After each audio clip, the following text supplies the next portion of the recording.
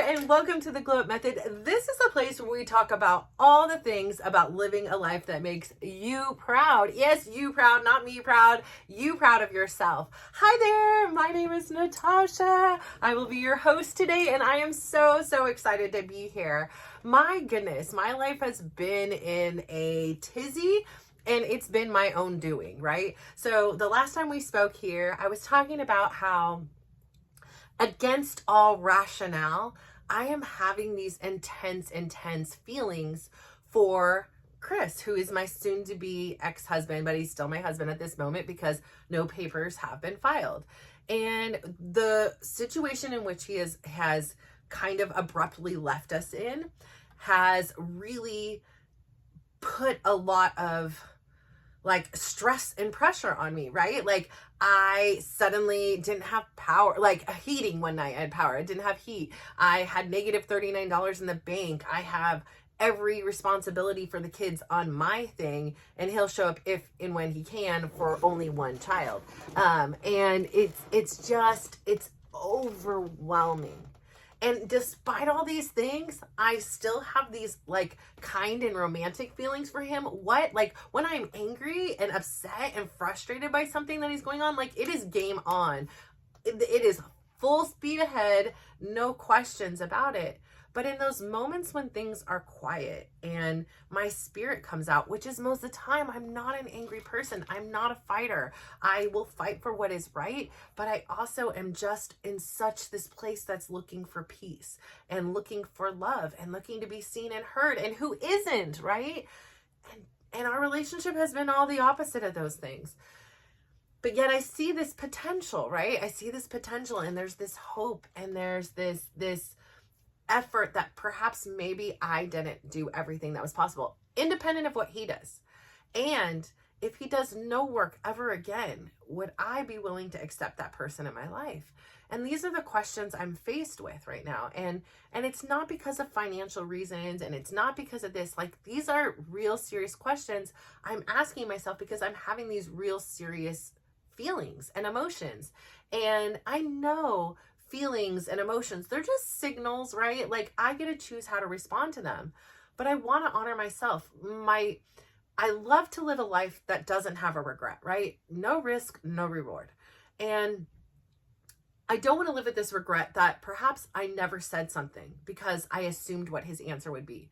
And that maybe we could have had this amazing next chapter in our lives.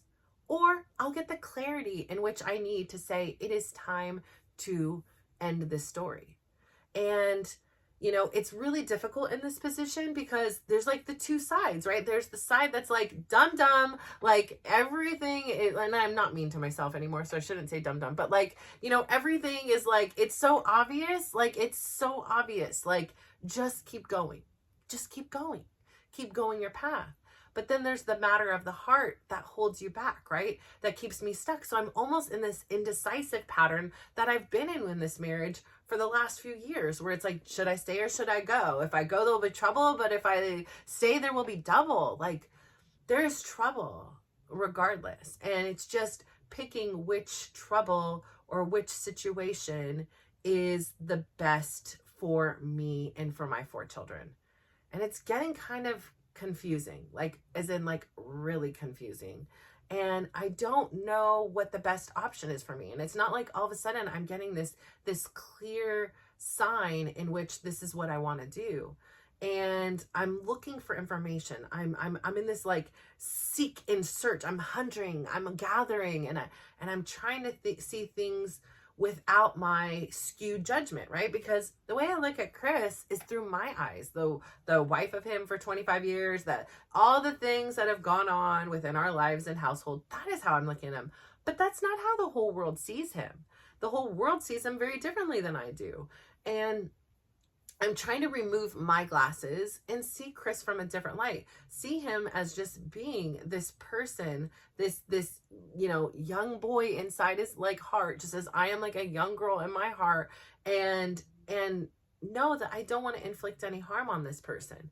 And so it's really tough and challenging to kind of know which path to go on. It's a crossroads, right? And I feel this intense pressure because not only is it the holidays, but I love to start the new year like I start on Monday, like a fresh start. Like I want to know without a reasonable doubt, like which way this train is going. It's stuck at the station right now. It's like, are we going back, or are we moving ahead, or are we moving ahead with new passengers, or like what's going on? And I feel really, really, really, really, really, really, really, really confused.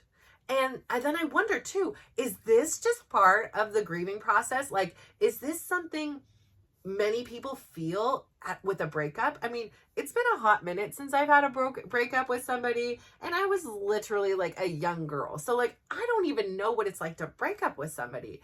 And so maybe this is how they feel. Like, this is how this is totally normal how I feel, and it too will pass.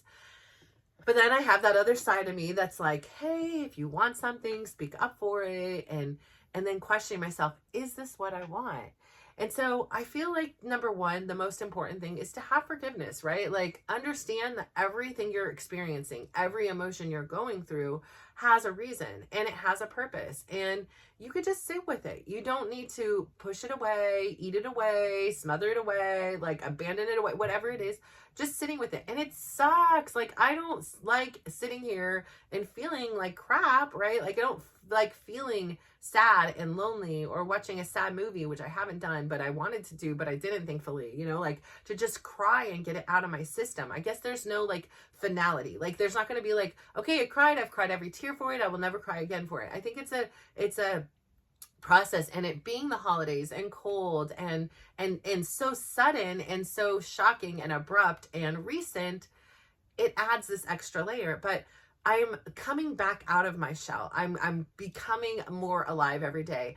I have found that getting back into my routines and being with my kids really fuels me, and getting to sit in this chair again and post and doing all those things for Glow Up Method, it really fuels me. And reading the comments and answering back to the comments, it really fuels me. And so I love to focus on those things and keep the ball moving. And I know that, the minute paperwork is filed, like for me, I'm such like a rule follower in that essence. Like, that is the final say. That is the final straw, and we are done. And there's a part of me that is so ready for that, but I have to honor that part that isn't. And now, of course, if he files, I need to do the proper thing and respond. I just haven't had the courage, the confidence, and the surety that I need that this is what I want to do. And I go back and forth on it. I go back and forth. And right now, it's really consuming a lot of my time. And then, there's just so much going on in my life. So with the timing of everything, that makes it feel a little bit rushed, and I'm trying to rush it. And I have to keep reminding myself, patience is power. So when you're out there and you're making a decision, in one way, this decision is like, we are choosing something and we are not choosing something else. And that is the choice I need to make. That is the choice in which, I'm faced with at this moment. And, I think that there's variations. I think that there's options available. And in the same turn, I need to do what I need to do to protect me and my kids, and assure that we have, food on our table, and assure that we have, the basic necessities like PG&E. And that was his responsibility for many years. And I get that you don't want to be here anymore, but that doesn't mean your responsibility goes away. And if you don't want to be my friend because I'm fighting for myself and my kids, well, then that kind of shows that that's the friendship. That's my value. That's my worth in your eyes. So we shall see what happens. I will absolutely keep you posted. Don't you worry about that. But I'm really, really excited. We are like approaching Christmas and Hanukkah. And so my son's girlfriend will be here soon. We have one more birthday for the December birthdays to go. We've got also obviously Christmas, which is an exciting time, but also a very different time, because as of right now, we don't know like if Chris will be attending with us. I don't know how the room feels. Again, like I say, my kids are my priority. So where does that mean, like, is, if I have one kid that doesn't want him to be here, but 3 kids that do, what is the answer? And so that is yet to be seen. Again, another TBD.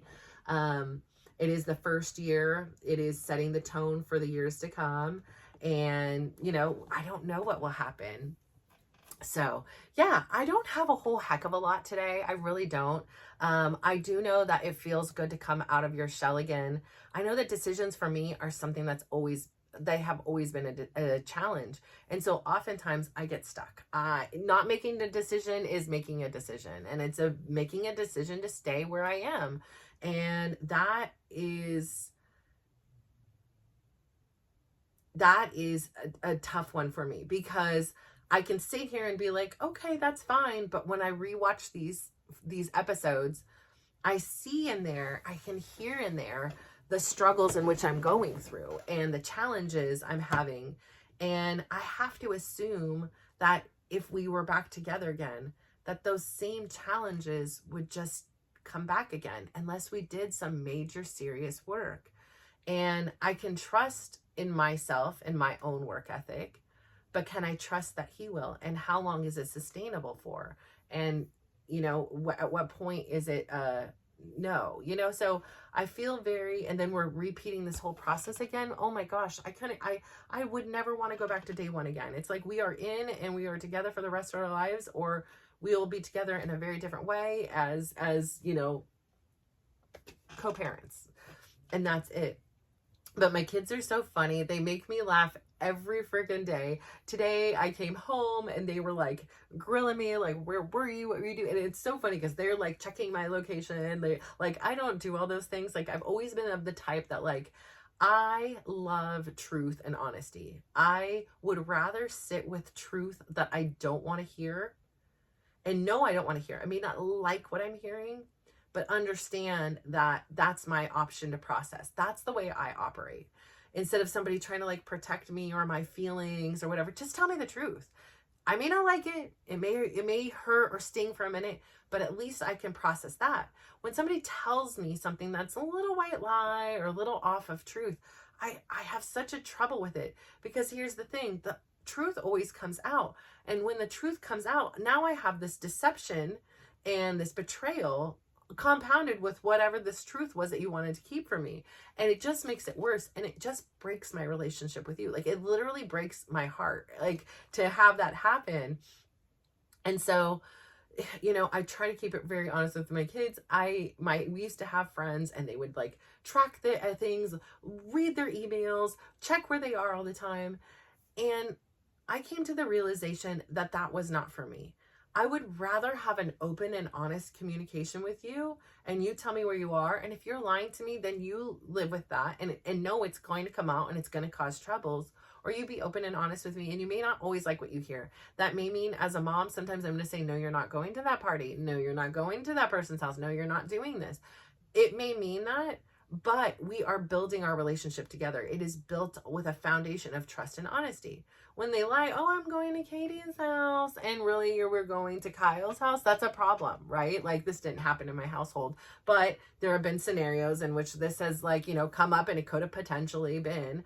But I'd rather know that truth and have them sit with the fact that, yeah, I'm disappointed. And maybe they have that question in their mind. And then, like, next time I'm just going to tell mom I'm going to, like, whatever's house, instead of being honest with her because I didn't get my way.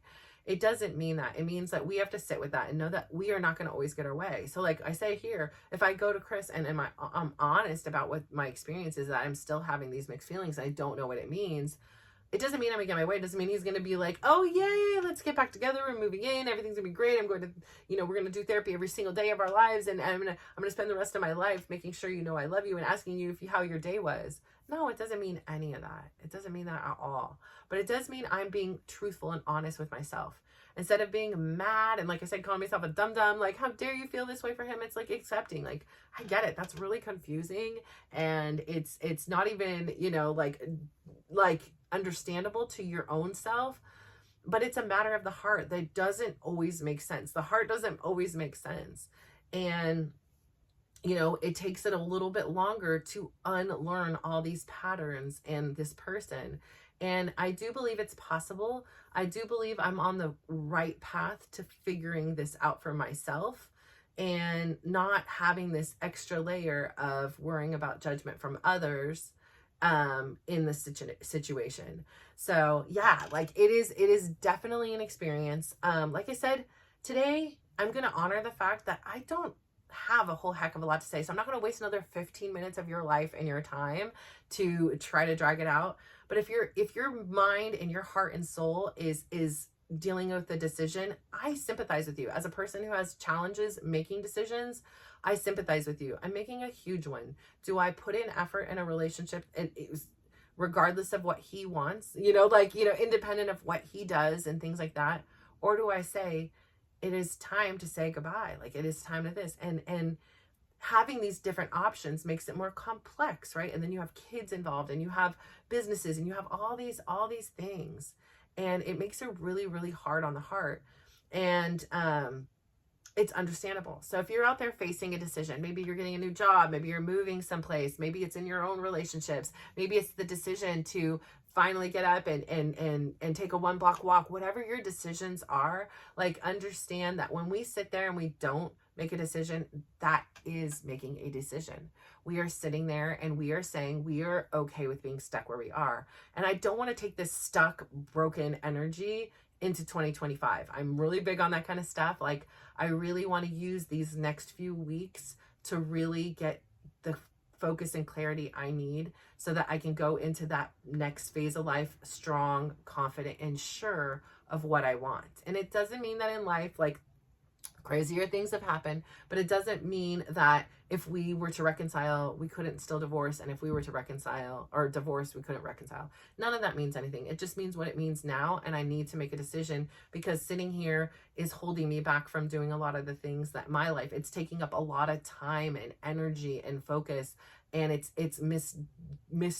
like aligning it to where I want to be in my life and the things that I want to do and the person I want to show up as. So I can still show up as a great mom to my kids and have those relationships, but I'm having this question kind of looming over me, and I'm ready to use that time and energy for something, or at least put it in the direction in which I need to go, which, would be this way, whatever it is. So I sympathize with you, and please understand that there are no wrong decisions. At the end of the day, just do it. And I know this is advice I should be telling myself. Make the decision, take the chance, take the risk, and go for it, whatever it is you're choosing, and understand that there is no mistakes, right? The only mistakes are the ones that we don't learn a lesson from. Like that's it. There is a learning lesson in it. There's a reason for it all. So keep going, keep glowing, keep showing up. I appreciate you so much. Thank you for tuning in. Please go out there today, give somebody a big smile,